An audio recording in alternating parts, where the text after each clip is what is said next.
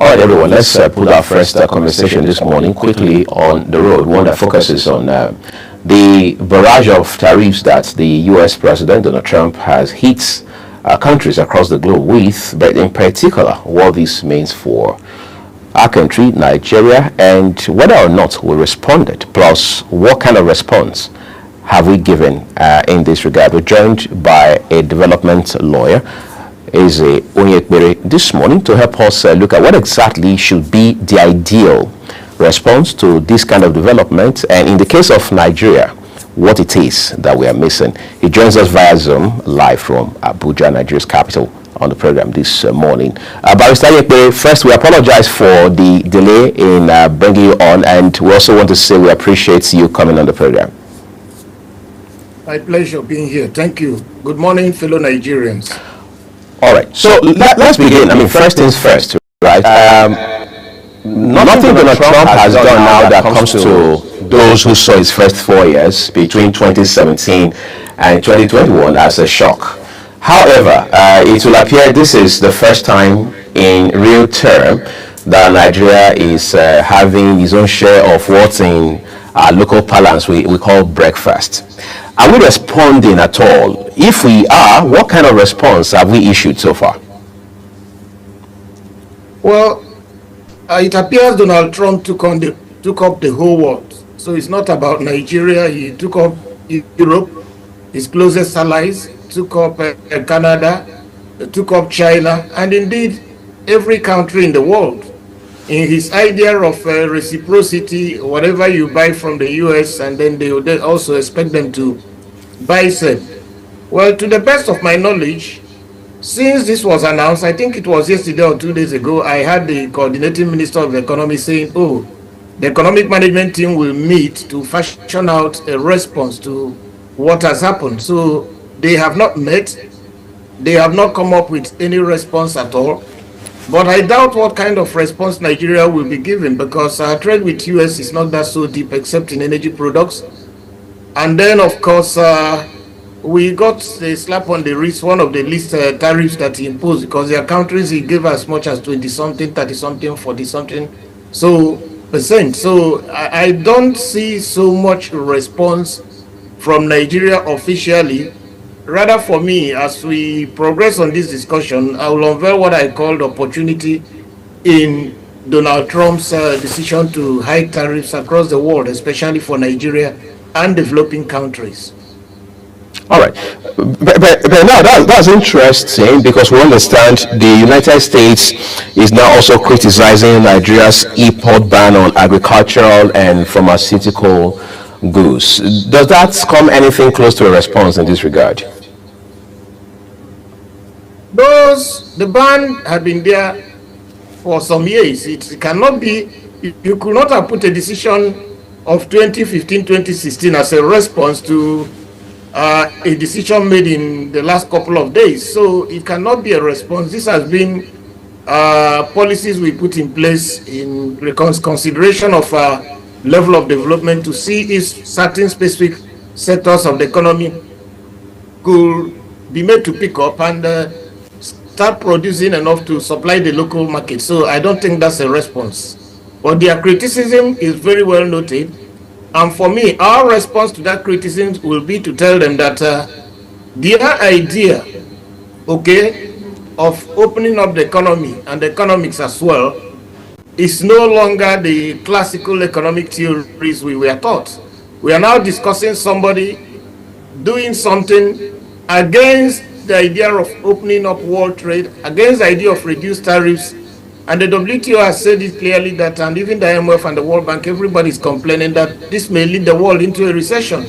And indeed, many stock markets have lost a good part of their value, including the Nigerian stock market in the last couple of days.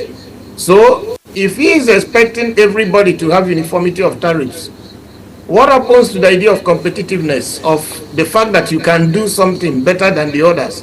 Were they not the ones who were telling everybody to open the markets? So what we did since 2015 is not in any way related to what Donald Trump is doing today. Incidentally, you just mentioned competitiveness. I'd like to ask you, Mr. Yekperi, what exactly in this regard is Nigeria's competitive advantage? You have to first of all start producing goods and services before you can now determine the areas where you have competitive advantage. And countries are entitled to use tariff and non-tariff measures, to use the economic policies to support their local industries. If you remember, the American government has no factory of its own. So all these tariffs are in support of American companies. Okay? So that's exactly what Donald Trump is doing. For instance, today, why I say it's an opportunity, look at the huge refinery and petrochemical complex that has been done by Dangote. We produce crude oil in abundance. We're even begging OPEC to extend our quota. I don't think we have up to 2 million barrels per day quota. And from time to time, there are reports that our cargoes on the high seas looking for buyers. So, why are we still dragging in giving Dangote Industries and other refineries sufficient petroleum products, I mean crude oil, which should be outside our OPEC quota, for them to refine, satisfy the local market, and then possibly export to other, let's say, African and Asian countries and European countries? We have competitive advantage there. We produce it. We are looking for buyers. So why is it that the government, instead of supporting the local industry, is saying, oh, we don't want to continue Naira for crude for Naira or whatever? You now remember you need competitiveness, that you still have to continue importing refined crude oil. And in fact, the statistics we have is that last year they imported about 15 trillion Naira worth, which is even more than we were doing in previous years. And we were told at some point in time that refined petroleum products, we are consuming close to or between 30 and 35% of all our foreign exchange. And that puts pressure on the Naira and continues its depreciation. We are talking about 1617 to the dollar. So if you now have sufficient capacity for local consumption and possibly for exports, why are you still importing? Why are they not using their heads? Why are they talking about, oh, they want the petroleum sector to be competitive? Competing with who, when other people who are more knowledgeable, who taught you basic economics, are protecting their industries? So it shows the lack of patriotism on the part of the leadership, because I believe this is commonsensical. You don't need to be an economist or a chartered accountant. It's not rocket science to know that the thing you produce in abundance, you should try to export some, use locally, instead of wasting your hard-earned dollars and pounds and yen to continue the importation. So that's an example of what we can do. And of course, labor is cheap here, and we have huge agricultural land that is even wasting. So why should anybody in good faith begin to think of continued importation of agricultural products? So I think that's a no-brainer for anybody, including the United States government, to accuse Nigerians that we should have opened our boundaries for them to dump products, okay, on Nigeria, when we have more than abundant land and labor is cheaper in Nigeria. So we should be able to compete in that area as well. We can talk about a lot of other sectors. It's only a question of, do we have the right policy mix to keep those factors of production, to energize them, and to keep them at home? The tariff that Mr. Trump has slammed on Nigeria is 14%. Now, given all of the elements and factors, how bad is that for our country? If those products were coming in, okay, to America at cheaper tariffs, assuming the tariff on them was 5 or 10% or no percent at all, which means they can get to the American market and be competitive enough with their homegrown products, and Nigeria will continue to earn foreign exchange from those products and services when they're exported. But now with 14%, it may be more difficult for those products, goods, and services to compete with goods that are manufactured locally in the US. So, in essence, that will deprive Nigerian companies of earning some little foreign exchange that they could have earned from the United States market. I don't have the statistics immediately of what exactly we export, but I think it's more or less energy products. Then it's a little bad because it may stop us from earning some hundreds of millions of dollars we were hitherto earning from exports. Okay, so there's the development now of how some African countries have responded to these developments around tariffs from the United States. What should Nigeria be learning from this? Because there are also analysts across the world, even back at home in Nigeria, who have said that Africa as a continent will likely be the worst hit with all of these barrage of tariffs. What should Nigeria be learning from the African countries that have now responded to these tariffs? Now, African countries, if they had the good sense, Europe should have responded as a group, not as individual countries, because here you are dealing with a giant. And most of these countries are Lilliputians if you have to compare them with the behemoth called America.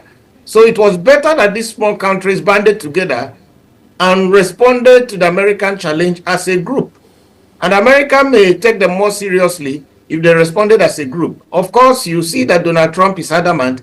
Even the offer of zero tariffs on cars and industrial produced goods made by the EU, he dismissed it that is not sufficient, that's not enough.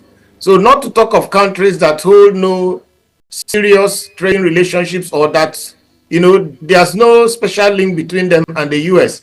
So for me, the lesson we have to learn is that these things are happening because the whole world has created a very huge superpower, a very huge behemoth that can decide to take up everybody at the same time.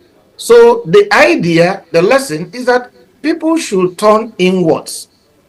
Sit down in your country and see what you can do for yourself. To an extent, call the bluff of that big bully who is simply breaking up things in the China shop and daring everybody. Okay? And that we can do by looking inwards. I've always said it in some of your earlier programs. We can start looking at the sectors where we can compete. Doing things like, for instance, there are upcoming local car assembly and manufacturing plants. Could we for once say that all government procurement of new vehicles, if they can be made in Nigeria, since it's America first, what stops us from saying Nigeria first? Okay? You patronize them first, and government is usually the biggest buyer in the economy. So you can imagine if from plants that produce not more than 10, 15, 20,000 cars or vehicles a year, through government patronage, local government, state government, and federal government, they suddenly have orders of 100,000 cars. They're going to employ more people. Okay, the vast arable agricultural lands, put them to productive use. And of course, as we are discussing the energy crisis, I heard recently that government is thinking of banning the importation of solar panels. It's not even about banning.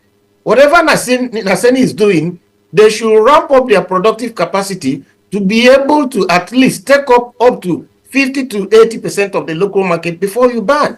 And when you do that, even if it means some form of subsidy on those energy products, that every Nigerian home could have a few of these things on their rooftops and begin to supplement the grid, the power from the grid, which is not enough. And by the time you do this and the cost of producing energy reduces, it will help local industries, particularly in the rural areas where some value addition can be done to agricultural products, their lifespan and shelf can be preserved, and farmers will earn more. So what I'm saying in essence is that there is a lot that can be done. But the first and most important thing is to recognize that nobody is going to develop Nigeria except Nigerians in Nigeria and in the diaspora. America, Britain, China, Russia, everybody looks out for himself. So until we understand that thing fully and begin to look out for ourselves, not to think of ourselves in the traditional divisive way of Christians and Muslims. Oh, this is Southwest, this is Southeast, this is Northeast, building railways that crisscross only two parts of the country, making investments, borrowing money and putting it in side A and refusing to talk to side B. We must band together and build that patriotic nationalism spirit that will allow us to begin to take advantage of our innate and God-given qualities and capabilities. Incidentally, Donald Trump has announced these series of tariffs and he has moved on to other things. Meanwhile, we're waiting for a response from Africa as a continent and, of course, indeed, from the giant Nigeria. Do we have the luxury of time? Because they say time is of the essence. Do we have the luxury of time to continue to get our act together and then respond to these adequately and effectively? We do not have that luxury of time because even before Donald Trump's tariff war, Africa and Nigeria in particular have been a people left behind in time and space. Other parts of the world are moving on, developing science in space, going to Mars, going to the moon, breaking the atom. We are nowhere. So if this can serve as a wake-up call, we needed to do something 15, 20, 30 years ago. If today we can wake up to start doing it, well, that's good. So we do not have the luxury of time. We should have taken these bold steps some years ago, okay? And that will have helped us to stop this continuous scramble for Africa's rich minerals, all the major wars in Africa happening because the people can't get themselves together. And the kind of things we have in Nigeria today, where all kinds of insecurities are growing, and a good part of them are attributed to foreign influences. So we should have gotten our acts together years ago. But if this can serve as a rude awakening, a good wake-up call, I accept it, and I will thank Donald Trump for doing that. Just before we let you go in the next 2-3 minutes, Mr. Onyekpere, there are analysts and experts who believe that these tariffs have been slammed on these countries in Africa, amongst other reasons, for the fact that there are now nations on these continents who in recent years have started gravitating more towards China and Russia. Should Africa continue to look in that direction or find a way to creatively, if you like, improve on its relationship with America? The question you ask has a supposition that Africa can only develop when they support either the Western powers or the Eastern powers, whether we support America or Europe or China or Russia. That's not the case. That's not how the people plan their life and livelihoods. And of course, to even put a lie to that supposition, Europe and America and Canada, we are supposed to be best of pals, working together in NATO, cooperating. But of course, you can see that Donald Trump has broken all the ties, insulted and abused all the sensibilities that held these people together, including their military partnership. So it's not about gravitating. It is about walking on your own feet without looking for Chinese support, American support, Russian support, or European support. If they are supporting, they support you from afar, but the development agenda remains yours, directed, grown, and dictated and managed by you.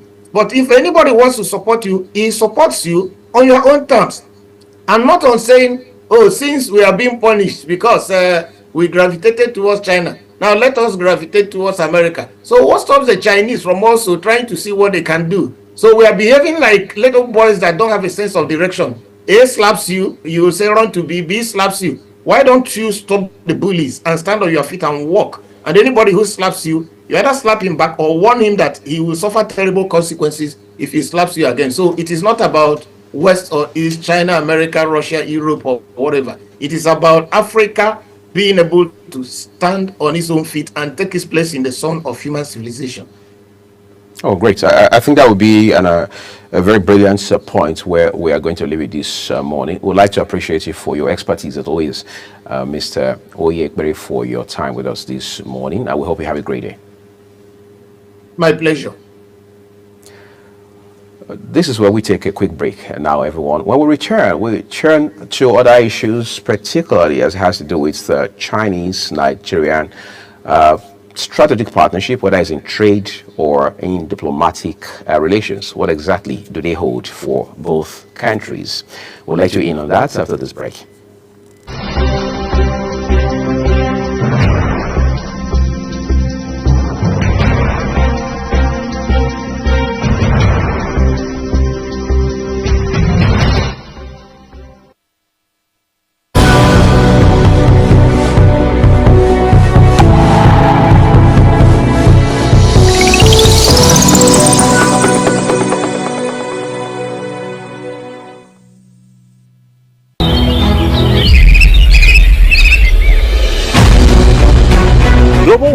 is your top morning show here on Global Television. We bring you fresh news updates daily while delving into a variety of current affairs and topics. A Global Morning aims to deliver newspaper reviews and latest news with experts on key global issues. And at the same time, keeping you well informed about important events, both national and internationals. Global Morning serves as a valuable source of information, helping viewers like you start your day well informed. Stay connected from Mondays to Sundays to a wide range of the latest news making rounds on Global Morning. We're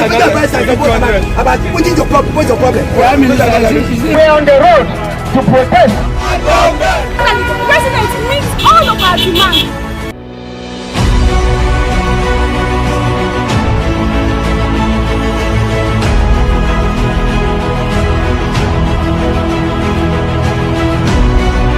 This is Global Morning.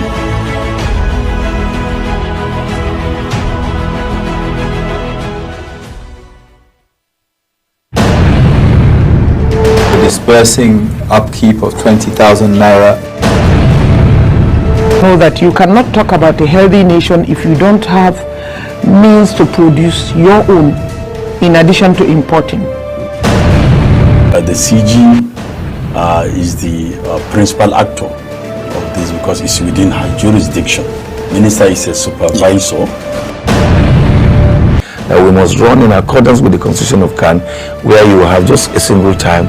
The human factor, you have the infrastructural factor, then you have the mechanical factors. The Senate, with all due respect, they were so hasty in passing that judgment. The statement I'm about to make is we're not even aware. That is the future. You have to be aware before you can begin to be prepared.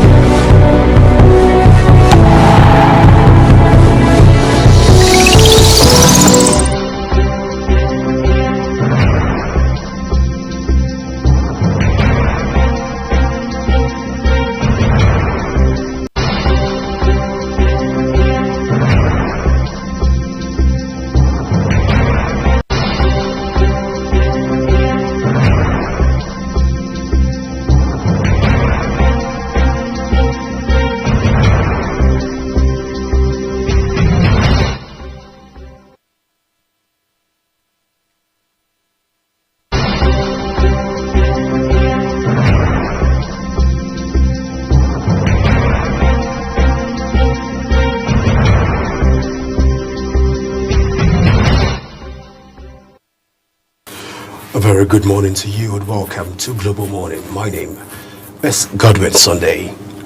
At this moment we'll be talking with Phil Roberts, who is the director of Nigerian Nigeria. I beg your pardon, just a minute. So we'll just get Director General of the Chinese Tourism Promoters Initiative. I will be talking about tourism in Nigeria, how far we've come. Let's x-ray the tourism sector in Nigeria, especially looking at the Nigerian-China partnership on sustainable development in a country. But first, you're welcome to Global Morning, Phil Roberts. Thank you so much for bringing me on the show. All right, so Phil, let's delve into this conversation. First, we've seen Nigerian government try to have a conversation and partnership with other countries in terms of business conversation, but then we don't get to hear more on tourism light even at this point of time. But before we delve into that part of the conversation, because you're already smiling, bring us up to speed. To the average man on the street, what is tourism? Thanks so much, Mr. Godwin. So tourism, in a layman's word, is when you travel from a destination to another destination and you're not going there to live, you're just going there to spend a period of time and you come back to your base. That is tourism. You go for business, you go for leisure, you go for sports, you go for anything that makes you go and come back in just a period of time. You're not going there to stay. So that's called tourism. And if you notice, people will travel for tourism, and the embassies give you tourism visas. It's just designed for maybe like 3 weeks or 1 month, kinda. So you're going for that leisure to ease your stress or do business or whatever, and you're back to your base. So that is what tourism is. All right. So Phil, to a very large extent, China all of a sudden found interest in Nigeria, and of course they've talked about Nigerian artists and how to promote Nigerian, and the Chinese are talking about promoting Nigerian culture, Nigerian some of even the tea, the Chinese tea, even Nigeria, which I know you organized something in that Chinese tea ceremony. But looking at all of this, why the sudden switch from Chinese government to want to partner with Nigerian in terms of tourism development? It's just like when the media decides to make a story popular, you see it everywhere. So the Chinese government has been in partnership with different African countries and different governments of the world. What is making this more prominent is that the media has decided to touch light on it and make it more visible. Now, the Chinese have some projects and programs that they are promoting. First of all, the first one is the FOCAC.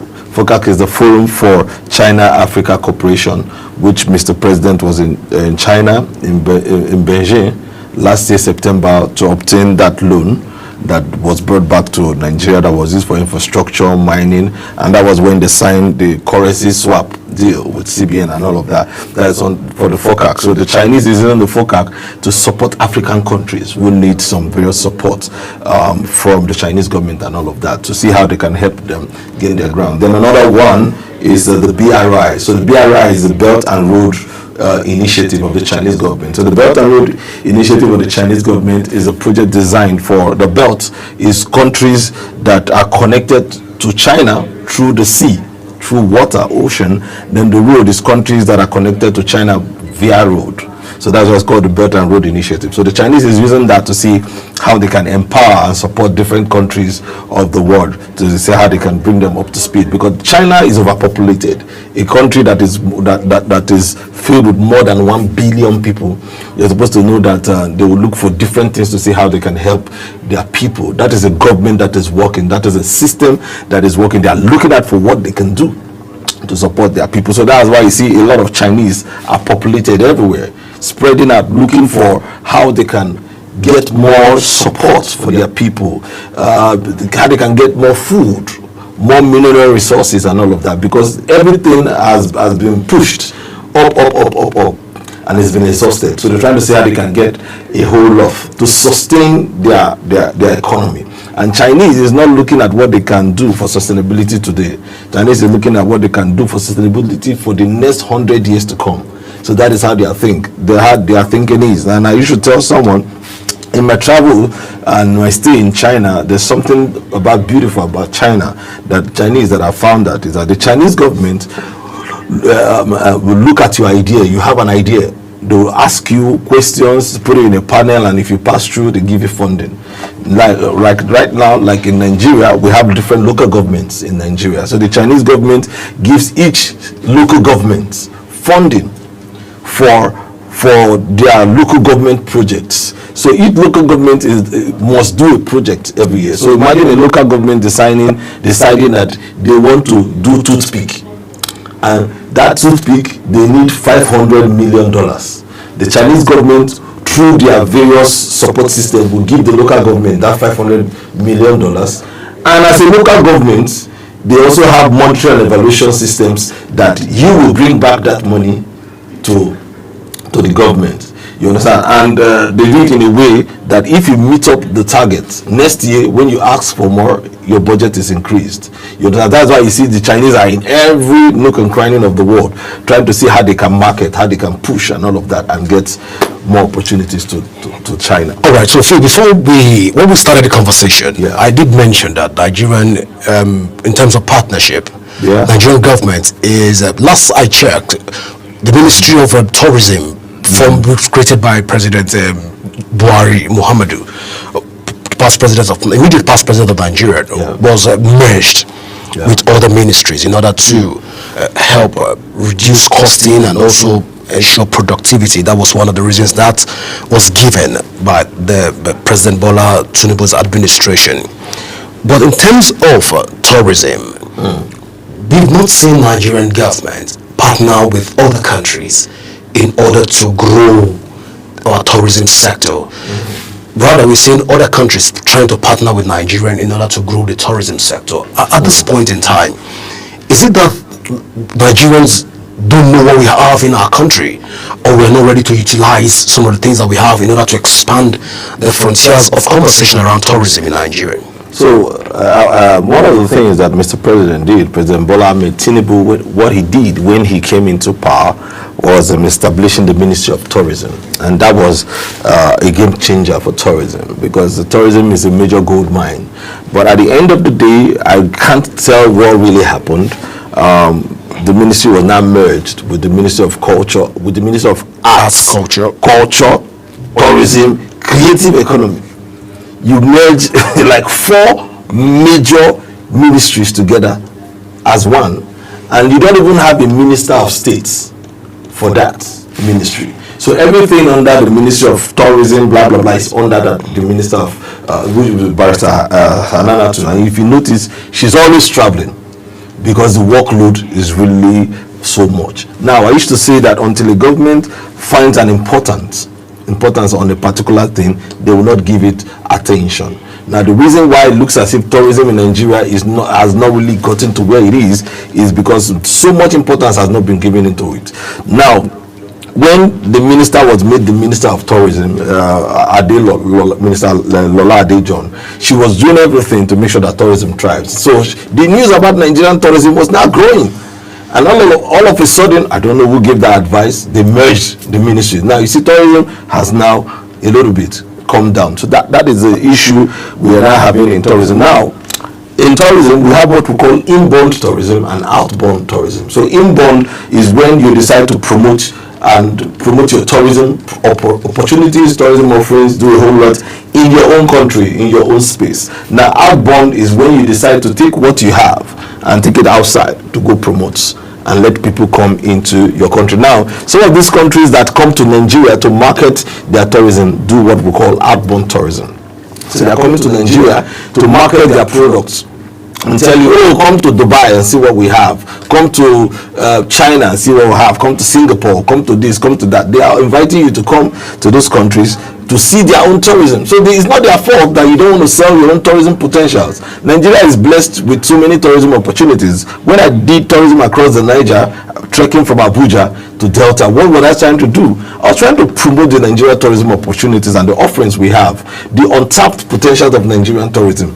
And that project was partnered by the Ministry of Tourism, and the pictures and videos were everywhere. So we were trying to see how we can showcase Nigerian tourism to the world, our inbound tourism opportunities. So as private sector, there is little you can do, but the government has so much to do, because the job of the government in promoting tourism is to create an enabling environment for the private sector to thrive. So the ease of doing tourism business also lies in the hand of the government. So until the government has decided to see what they can do in showcasing and supporting tourism, that is when you will see more of all these things you're saying, because there's little that the private sector can do. Of course, you see how the economy is. A lot of people have not eaten, and tourism is designed for promotion. The only way tourism can work is promotion. You use your money to promote tourism. You need to put the various destinations and locations, put them on TV. It's only government that has that kind of funding. You see, they create it in their budget. The private sector can do little. So no matter what you can do as a private sector, if the government does not create that opportunity for you to thrive in supporting tourism, it won't work. Why tourism is working in a couple of all these countries is because the government has designed it in a way that the private sector is also empowered to promote tourism. If you go to China, one of the major things China does not joke with is infrastructural tourism. Now, what does China do? When you go to China, you see different types of infrastructures. The pictures are everywhere on social media. You say, oh, China built this. Oh, have you seen this bridge? This suspended bridge is in China. Have you seen this one? Is in China. So those are some of the opportunities that China uses to promote themselves. And you want to just go and see those magnificent buildings. Dubai also does that. So when you come to China to see all those buildings, you fly into China, you're spending money. You will eat their food tourism, you're spending money. You will take transportation around, you're spending money. You will sleep in a hotel, you're spending money. The tour guide that will take you around, you're also spending money. So this is where tourism thrives, and that is how to make money. So what China also does is that they work closely with their real estate industry. If you go to China, maybe in the whole of Wuse 2 is a particular building. Maybe you're driving through Panes, and on the right side of the road, you see this same kind of building. You're driving on the stretch, it's the same type of building that is there. They make sure they work with the real estate companies to design what they want, and the real estate companies will be selling while the government are giving them the support to have the land and all of that. So that is what China also do. So for their urban planning, regional planning, building of those magnificent houses and high risings that you see, they partner and work closely with the real estate. And as Nigeria as it stands, whether we're not ready for that conversation? I wouldn't say Nigeria is not ready for that conversation, because most times when Nigeria works, you need a push, somebody to just come in and say this is the focus, and they will get there. But with what I see now in the Ministry of Arts, Culture, Tourism and Creative Economy, I'm not sure that they are ready to give tourism that support, because what they are doing mostly is promoting arts, promoting culture, and even in the creative economy, I'm trying to still understand what they are doing. You understand? And don't forget, these ministers are also political appointees. They also have their political whatever. They have done 2 years in office, and in the usual calculation, from the 3rd year, they have entered campaign. So you now notice that so much cannot be done. So I will also want to use this opportunity to still advise Mr. President that in his second term, because you know the Nigerian syndrome, they must run 8 years. Yeah. So in his second term, he should reconsider bringing a minister for tourism. That office needs to function. So I think we still need a minister. If we want tourism to thrive, we must have a minister for tourism, because the job of the tourism industry is to sell and promote the packages of culture, arts, creative economy. That is what tourism is. But could it be that the Nigerian is not ripe for tourism conversation, first? Two, could it be that Nigeria cannot compete with other countries in terms of its tourism potentials?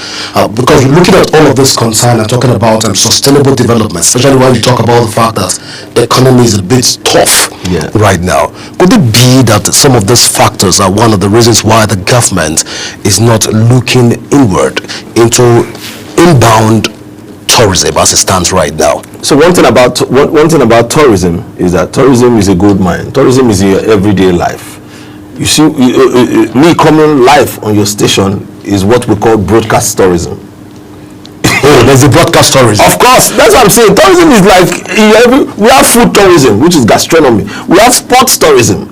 We have infrastructural tourism. We have transportation tourism. We have medical tourism. You know, I can go on and on. On a lighter note, there should be spiritual tourism too. No, it's not called spiritual tourism. It's called religious tourism. Okay. Because that was what what's this man in Lagos that died? CB Joshua was doing.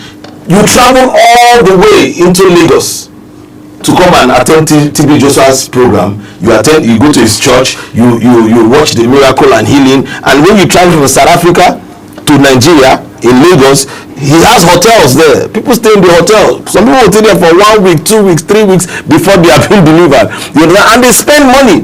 They spend money there. They buy food. They do this. They do that. All those things is what we call religious tourism. Now, people from Nigeria travel to Israel to go and see where Jesus was born, where Jesus was buried. People travel from Nigeria to Mecca. All of that, Saudi and all, that is what we call religious tourism. So tourism is the lowest hanging fruit that a government can use in making money. All you need to do is just create a story around it. You travel to Jerusalem and they tell you this is where Jesus was born, this is where this person died. Were you there? They just create a story around it, make it beautiful, and that is tourism. People will now fly into those countries just to hear those stories and see. So that is another major form of tourism. So what incites you? What makes you see what you don't know, what brings you into another realm of knowledge, is what we also call tourism. It's another definition, because you travel from here just to go and see. Is this true? Is this thing possible? We even have what is called security tourism, because our security agents travel from here to Israel to go and learn more about what. So invariably we can say tourism is the umbrella of life. Tourism is in your everyday life. You understand? So that's why I'm explaining to you that until the government understand, we even have what is called political tourism. You travel from Nigeria to go to Ghana to learn how they do their politics. Look at their administrations. Look at their political parties. Look at their system of government. All these things. Their parliament. You go for all of those studies and you come back. You've done tourism. Because when you go there, you eat food. You eat their food. You will not carry your Nigerian food. You will stay in hotel there. You will not carry your Nigerian hotel. So all those things are what makes tourism the easiest way to make money.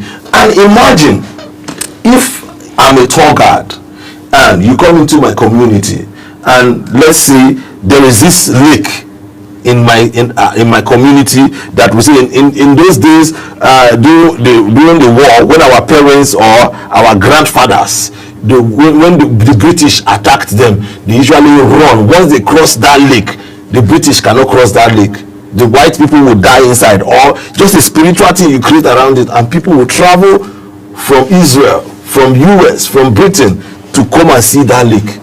The way you package the story is what makes it tourism. And if I'm a tour guide and every day I take, let me say, $10 from people to just come and look at it, if I have 10 people coming to that place every day and I'm making $10 from 10 people, calculate $10 times 7 days in a week.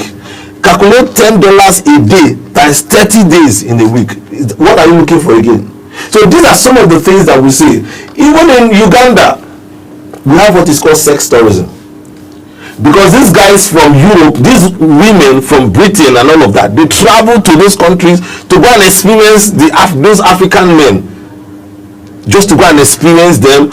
Because my husband cannot satisfy me. You travel to Uganda to go and meet those men and all that. So tourism is large. So until Nigeria decides to understand the potentials of tourism, until Nigeria decide to understand that tourism is the lowest hanging fruit, then you can make anything with tourism. Our independence of 1960 is the biggest tourism story. Have you traveled to Lokoja to go and see where River Niger and River Benue met together, which is the confluence? That is a major tourism. You see the map of Nigeria.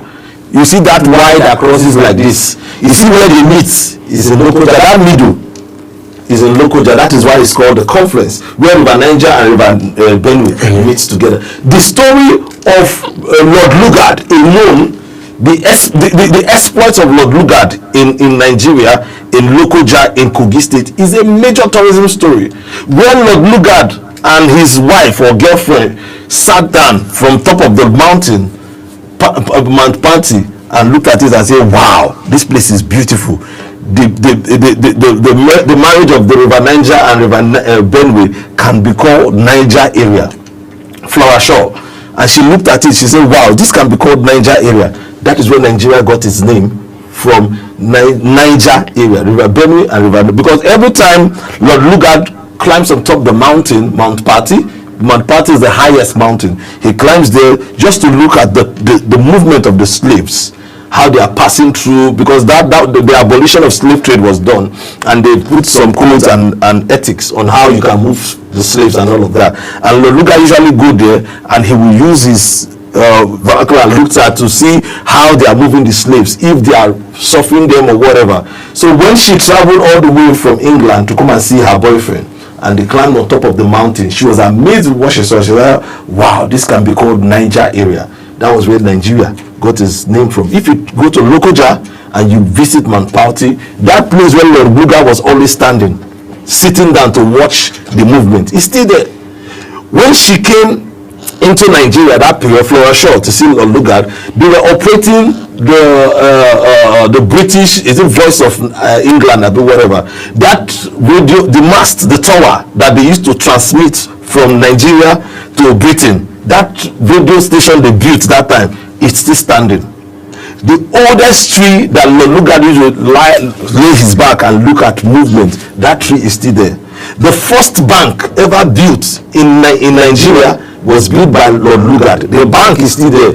The size of the block or whatever, 6 feet by 6 feet, everything is still there.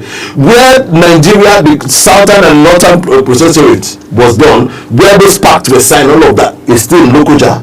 The first ever cemetery, European cemetery, is still in Lokoja. The first primary you can go on and on with Lokoja. No. So that's tourism. So, but what are we doing to sell that? Okay, so whose fault?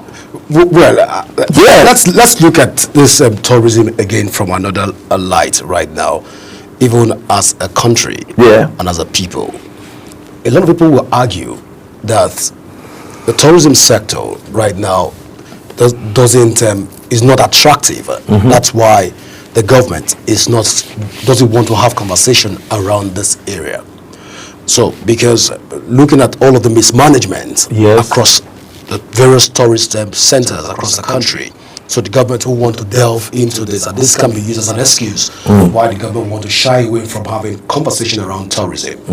But here we have China coming into Nigeria at this point in time and are willing to even partner with a lot of Nigerians in terms of tourism development of the country. At this point, can we say that Nigerians are undermining some of its potential in terms of its tourism growth and development? Not the government at this time, but Nigerians due to mismanagement. Can we say Nigerians are mismanaging their tourism destinations? So, one day I sat down and I thought, like you were thinking, I was thinking, how can I showcase tourism, Nigerian tourism offerings to the world? And I decided I was looking for different concepts and ideas. I spoke with my team. We had different meetings. And we found out that Nigeria has a lot of tourism opportunities that is not visible to people. If you talk about mismanagement of infrastructures and all of that, mismanagement of administration and everything, then I would say you are not fair to tourism. Because, forgive me, mismanagement is like a culture in Nigeria. So why should tourism be the one to suffer mismanagement? You saw what happened in Obudu. No, I'm going somewhere. Okay, please. I'm going somewhere. Nigeria has been talking about diversification for many years, but we've been focused on only oil. The more we try to talk about diversification, we can't. We all still focus on oil. We say, okay, let us do agriculture. We see what is happening. Even local rice is becoming more expensive. So why should tourism be the one to suffer? Tourism that is just an easy going, something that you will make your money. Now, like I was saying, I was looking at how do we promote Nigerian tourism offering, and one of the things that we found out was that people say the reason why tourism is not growing in Nigeria is because of insecurity. And I'm like, okay, insecurity, but oil, where they are doing where they are mining, where they are drilling the oil is inside the bush. Is inside the oceans. So how come insecurity is not disturbing the drilling of the oil? How come insecurity is not disturbing other businesses? But when you talk about tourism, you talk about insecurity. I decided that I was going to trek from Abuja to Delta State to show the world that insecurity is not the problem of tourism.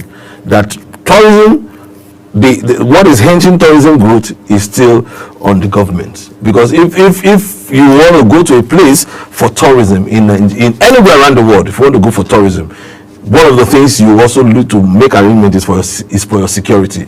You go to Ukraine today, they are fighting seriously with Russia. You go to Russia, they are fighting seriously. But guess what? A lot of people are still traveling to Ukraine. Our Nigerians are still traveling to Ukraine. So how come they are not afraid of insecurity? Or they are not afraid that once they get there, Russia will bomb them? So most times when we create stories that hampers growth. So that's what I'm saying. So I decided to trek from Abuja to Delta State, and I trekked and I came back safely after 30 days. And people were like, they didn't kidnap you. I said, nobody kidnapped me. So that means we have created a wrong story and a wrong impression about insecurity in Nigeria. Now, if in what I do in promoting Nigeria all around the world, even in my status on WhatsApp and all of that, my social media, if you watch these Europeans, the Chinese, the Americans, you hear them say America first. They don't promote bad news about about their country. But why do we choose to promote bad news about our country? So that is where we have the problem. So until we as a people see tourism as a major way of making free money, when I mean free money, you see somebody is on social media and he go, cheese balls, blah blah, that person don't blow. People will want to go and see that person. Before you know, they are donating money to him. That is tourism. So Nigerians have a way of spoiling their own things. I think that is the problem. And we see other people's things are beautiful. And the role of the government plays a major opportunity for tourism to fly. What is the National Orientation Agency doing? How are you orientating Nigerians that tourism is a major fund, is a major way of making money? So those are, that, like I said in the beginning of our discussion, the government has a role to play. And we as citizens also have our role to play. So until the government sees tourism as an alternative major funding for Nigeria, trust me, there's a way Nigerians think. They will just look at it that this is where everybody is going. As long as the government is pointing this angle, everybody will go there. So that is the issue we have. So you say, as it stands right now, the challenge is not that of mismanagement, but rather poor PR. Poor PR. Now, why am I saying this? Because like I explained, I trekked from Abuja to Delta, and when I came back, I became a hero in tourism. Now, if you remember when they were doing the End Bad Governance protests, you were talking about Obudikatorand and all that. I started another campaign. I was going from different states to different states. Now, while everybody was protesting against government, some were protesting for government. Me, I was going to those various states. I visited Nasarawa, Kaduna, Plateau states, Kano. I didn't even know that those states were going to be the prime states for the violence then. But guess what? I visited every of those states, and while I was in those states, I was telling them, you can protest for government. You can also protest against government. But whatever you do, don't destroy the tourism potentials of your states. And it worked. That was how the Chinese called me and said, no, this guy, we need to take you to China. And that's how I traveled to China under the sponsorship of the Chinese government to teach me more how to promote tourism, how to make tourism be a major fund of making money. Now, I'm a Nigerian, but the Chinese saw me as somebody that can promote tourism. They took me to China. I visited 17 cities. I flew first class in all of those cities. I traveled on plane. From Nigeria to China, same. The hotels I stayed, 5-star hotels. I was taken to a lot of cities. They trained me to become a certified Chinese tea master, to promote the Chinese tea culture and the tea economy, using it as a major form of diplomacy and promoting tourism to make more money for the Chinese. Now I'm a Nigerian, but what has my government done for me?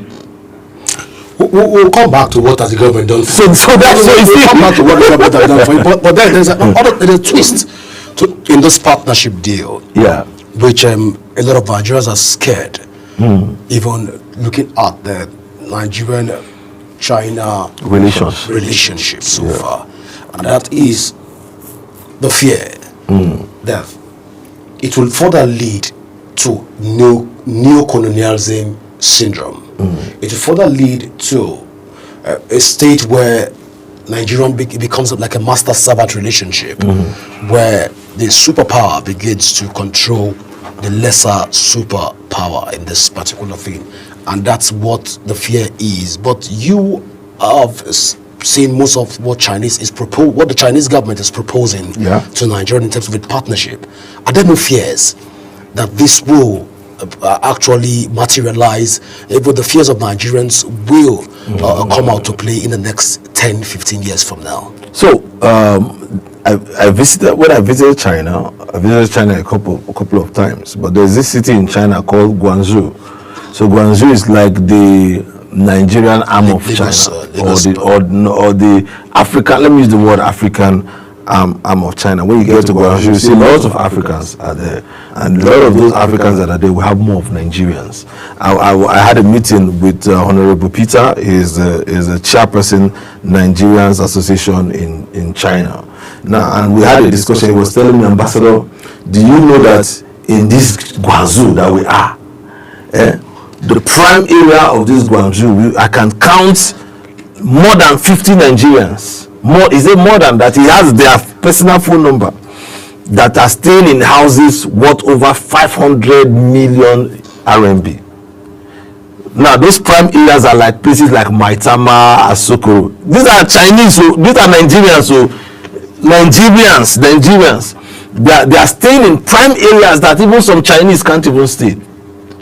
Now, back home, Mr. President was in China in September, and he facilitated funding for Nigeria. And because through the FOCAC arrangement, the Chinese usually release funding for African countries to see how they can support African countries that are doing, that have business opportunities for bilateral relationship, to see how they can strengthen business and trade and commerce ties. Now, Mr. President was able to secure funding for Nigeria to see how we can grow our agriculture, increase our trade opportunities with China through the sea. So when you are importing goods to Nigeria from China, you don't need to start going through the Israelite journey, or you need to do like a one-way to Nigeria. They worked on that, and so it's easy to ship things into Nigeria. Of course, the CBN bottleneck for currency and all of that. That's why they had the currency swap arrangement and all of that. Now, people who are doing, Nigerians who are doing businesses in China are excited for that opportunity. Is it a Chinese fault that they give you money, that you come, okay, me and you are sitting, you tell me that, oh, Ambassador, I need 50,000 naira, I want to go and solve a problem in my village. And I look at the document, I see the discussion, we say, okay, if I borrow you this money, when are you giving me back? You say you give me so. And I say, okay, I have this money, I'm not doing anything with it. Just like the way banks give loans. And I give you the money, and you take that money, you go back to your village. Instead of you to use to go and solve the problem that you say you want to use it to solve, you go and hide that money in the bank. Not even in the bank. You hide that money underground in soccer way, put it in places, you buy luxury cars, you use it to flex yourself. Is it my fault that I give you money and you don't invest it? You didn't come to do what you said we're going to do. So it's not the Chinese fault that they lend you money and you don't do what you're supposed to do with the money. Other African countries are not complaining the way we are complaining.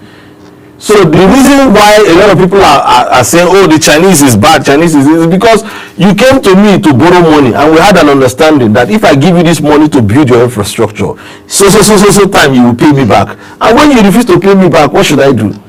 So it's not the fault of the Chinese that they give you money, that they help you, and you go back to your country, something to use the money to do what you are supposed to do, you will not flex the money. It's not the fault of the Chinese. So it's still bad leadership, corruption that we're still talking about. Now, what Mr. President did that a lot of us applaud him, I was in Beijing for that program where Mr. President signed the pact and all of that, even for mining and all of that, and the money and the Chinese have agreed. I think by now they have gone a milestone in releasing the funding. So what Mr. President did was, in the first time in the history of Nigeria now has in the National Assembly a Nigeria-China Partnership Committee is in the National Assembly. He also created in the presidency a Director General of Nigeria-China Liaison Partnership. So we have that office in the presidency that monitors the transaction of Nigeria and China. So it's not only monitored now by the Ministry of Budget and Planning or by the Foreign Affairs. So we believe that with these parameters Mr. President has put on ground will help him to make sure that this funding that has been assessed in his own regime will be able to solve the problems, and they will pay back in when they're supposed to pay. Now, backtrack to other years. You might be shocked on how much Buhari had collected. Buhari, that is Mr. Anti-Corruption. You might be shocked of how much Buhari had collected from the Chinese government. And you are asking questions, where is the money?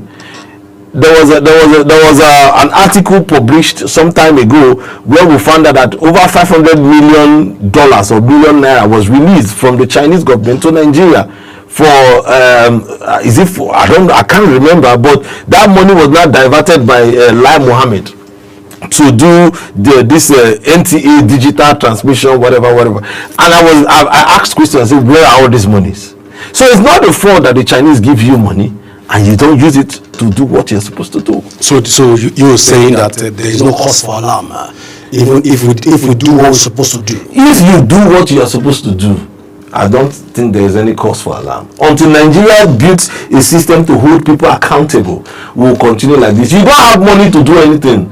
So why are you complaining? You don't have money to do something. Why? Okay, you ask yourself, why do you borrow money? You want to come to work and you don't have money. You collect money from your brother or your sister, and you tell him that in the evening when I come back, I will give you back. And you come back in the evening, you refuse to pay. 2 days will pass, you refuse to pay. 3 days will pass, you refuse, and you expect the person to keep you quiet.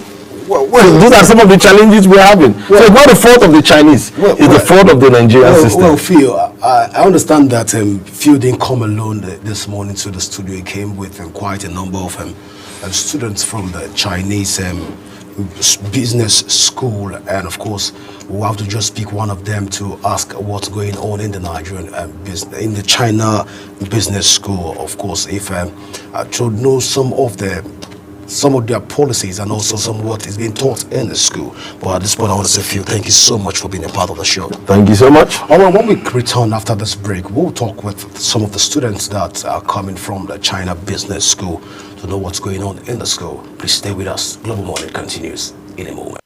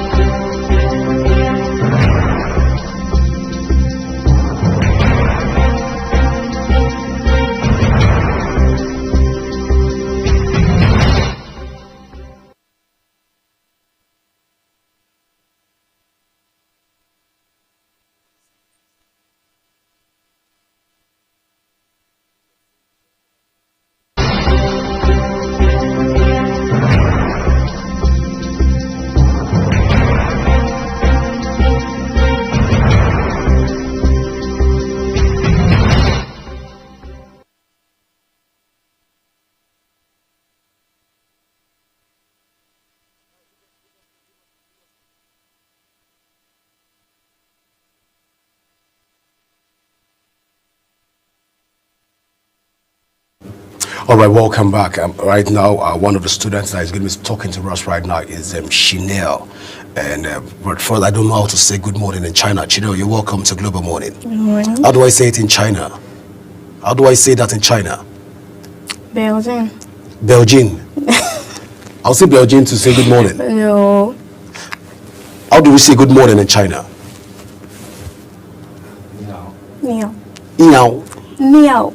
Niao. Ni hao. Ni hao.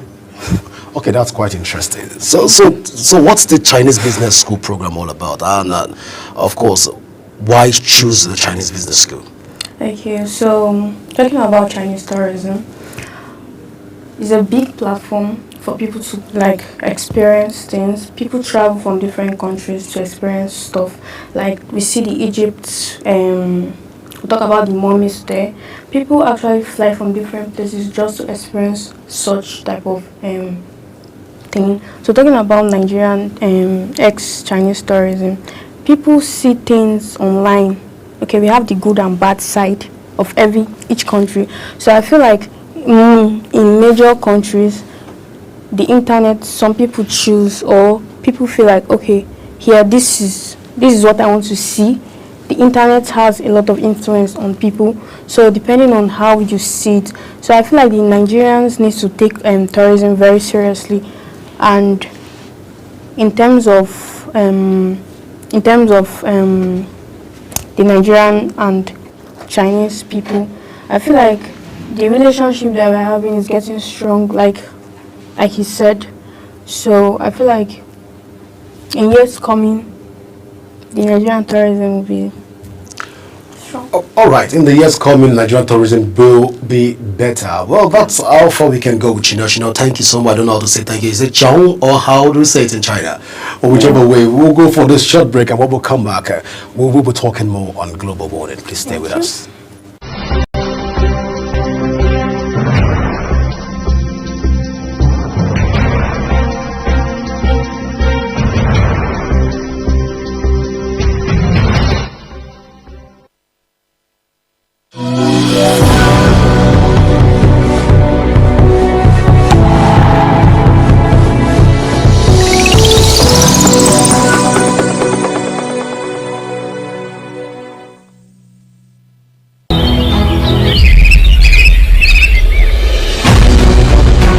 Global Morning is your top morning show here on Global Television. We bring you fresh news updates daily while delving into a variety of current affairs and topics. A Global Morning aims to deliver newspaper reviews and latest news with experts on key global issues. And at the same time, keeping you well informed about important events, both national and internationals. Global Morning serves as a valuable source of information, helping viewers like you start your day well informed. Stay connected from Mondays to Sundays to a wide range.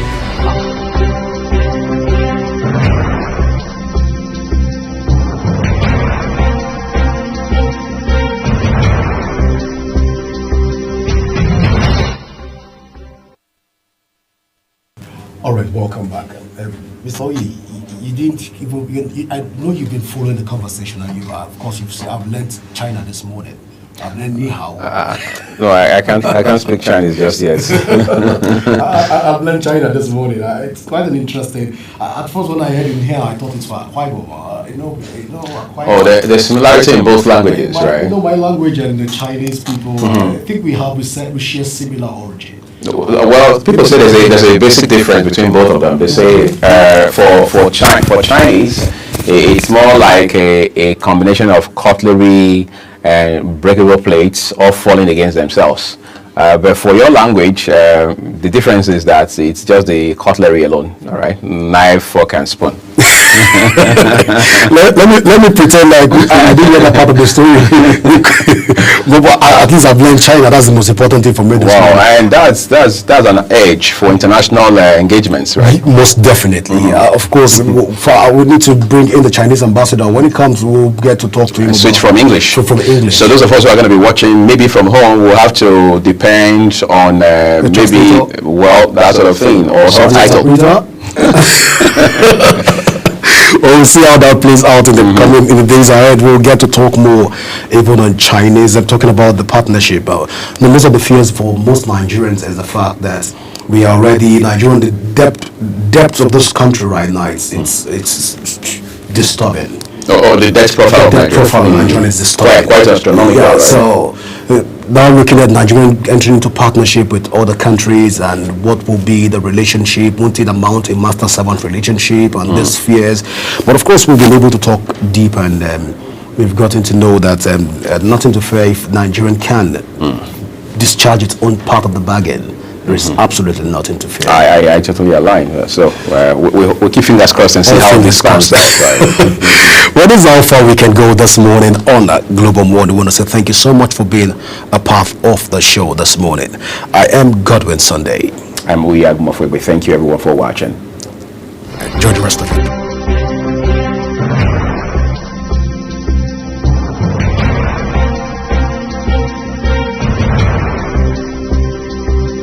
Welcome to Global Morning. Death toll from flooding. Most time our politicians just bring in policies too, for sure. If you don't say we have several more stories. The legislature was carefully crafted with 22.2% inflation rates as of April this year. What does that say about where we are as a country? I think Nigeria has resorted to being resilient. Before you call the police station, before they even leave, they take permission from I don't think there's really anything on ground to improve. We struggled as a strike. Minister of Education volunteered and said, give me 2 weeks. It was a lie. The president never gave me any deadline.